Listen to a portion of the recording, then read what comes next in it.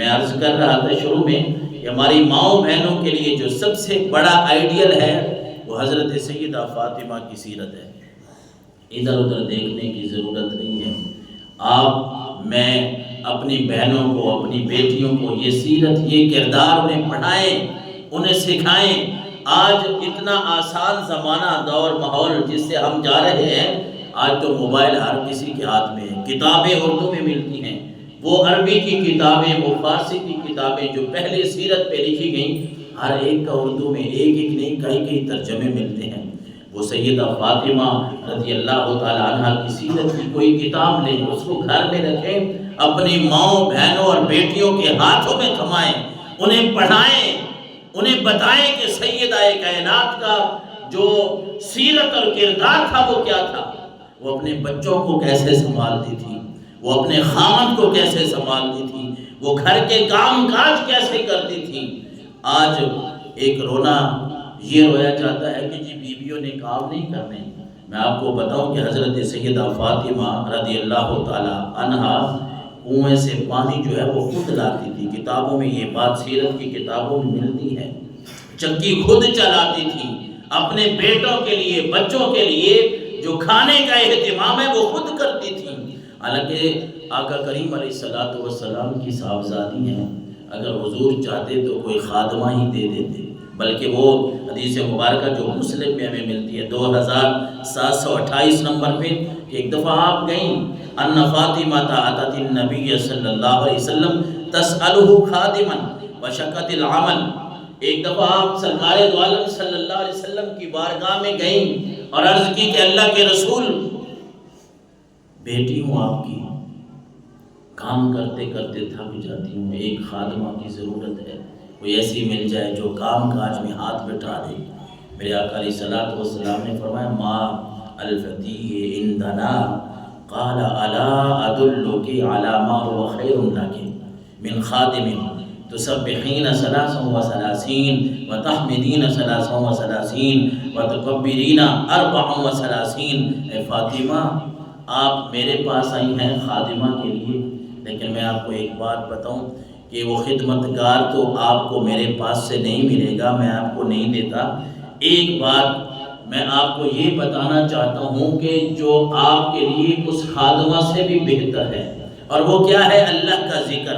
جب آپ اپنے بستر پہ جائیں تو سونے سے پہلے آپ 33 مرتبہ سبحان اللہ پڑھ دیں، 33 مرتبہ الحمدللہ پڑھ دیں، اور 34 مرتبہ اللہ اکبر پڑھ دیں. یہ آپ کے لیے اس خادمہ سے بہت بہتر ہے. آپ نے آگے سے رب کے ذکر کی تلقین فرمائی کہ بیٹی یہ دنیا ہے، یہاں ہم رہیں گے، اس دنیا میں رہتے ہوئے ہم نے کام کاج بھی کرنے ہیں، دنیا داری بھی کرنی ہے، شکایت نہیں کرنی. جتنی ہمت ہے، طاقت ہے، کام کرتے جائیں اور ساتھ ساتھ رب کا ذکر کرتے جائیں گے، تھکاوٹیں دور ہو جائیں گی.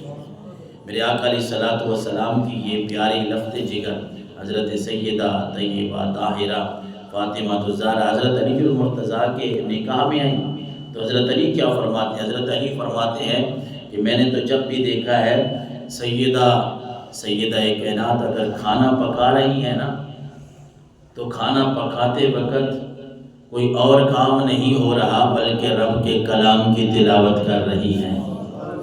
اور میں نے دیکھا ہے کہ جب وہ حضور علیہ الصلوۃ والسلام نماز کے لیے جاتے، سیدہ کے مکان کے پاس سے گزرتے اور چکی کی آواز، کاموں کی آواز سنتے کہ میری پیاری بیٹی کام کر رہی. آج کا ماحول تو یہ ہے کہ بیٹی اگر باپ کو کہہ دے کہ گھر میں کام کرتی ہوں تو بس ہمارا تو رولے جھگڑے سے کے سوا اور کوئی ہوتا ہی نہیں ہے. بھائی میری بیٹی نے یہ کام کر دیا، وہ کام کر دیا.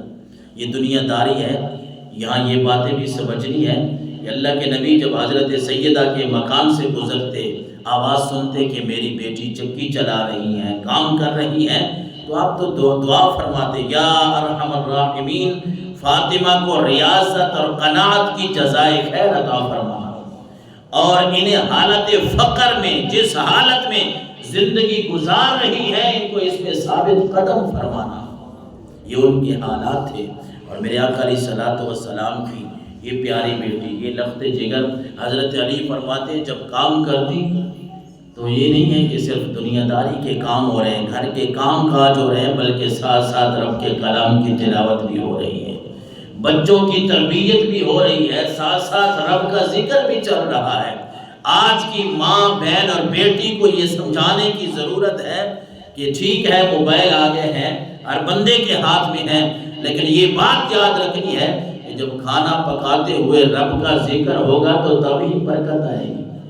کھانا پکاتے ہوئے اگر ہاتھ میں موبائل ہوگا، اگر دنیا داری کی باتیں ہوں گی، سر جو ہے وہ ننگا ہوگا، تو پھر کھانے میں برکت کہاں سے آئے گی؟ پھر لاکھوں نہیں کروڑوں آئیں گے لیکن وہ پورے نہیں ہوں گے۔ برکت کیسے آئے گی؟ چاہے ہزاروں میں آ رہے ہیں لیکن کھانے کے ساتھ ساتھ، کام کرنے کے ساتھ ساتھ اللہ کا ذکر ہو رہا ہے تو پھر رب کی برکتیں بھی نازل ہوتی ہیں۔ میرے آقا علیہ الصلوۃ والسلام کی یہ لخت جگر حضرت سیدہ فاطمہ کے لیے، ام المومنین حضرت عائشہ سے کسی نے سوال کیا تھا نا کہ ای الناس کان احب الی رسول اللہ صلی اللہ علیہ وسلم، کہ رسول اللہ صلی اللہ علیہ وسلم زیادہ محبت کس سے کرتے تھے؟ تو ام المومنین حضرت عائشہ صدیقہ رضی اللہ تعالیٰ عنہ نے فرمایا قالت فاطمہ، کہ میرے آقا علیہ الصلوۃ والسلام سب سے زیادہ محبت اپنی اس پیاری بیٹی سے کرتے تھے۔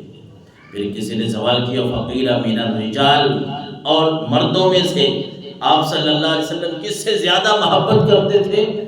تو ام المومنین حضرت عائشہ صدیقہ نے فرمایا زوجہا، ان کے زوج، ان کے خاوند حضرت علی المرتضیٰ شیر خدا رضی اللہ تعالیٰ عنہ سے محبت کرتے تھے، عنہ سے۔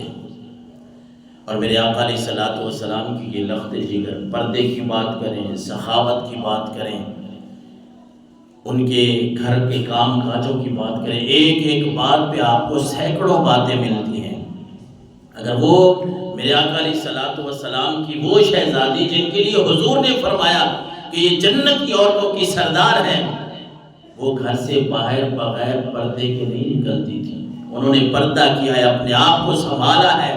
انہیں پتا تھا کہ آج ہم اللہ اور اس کے رسول کے حکم کے مطابق زندگی گزارے گی تو کل قیامت والے دن رب ہمیں عزتوں سے نوازے گا۔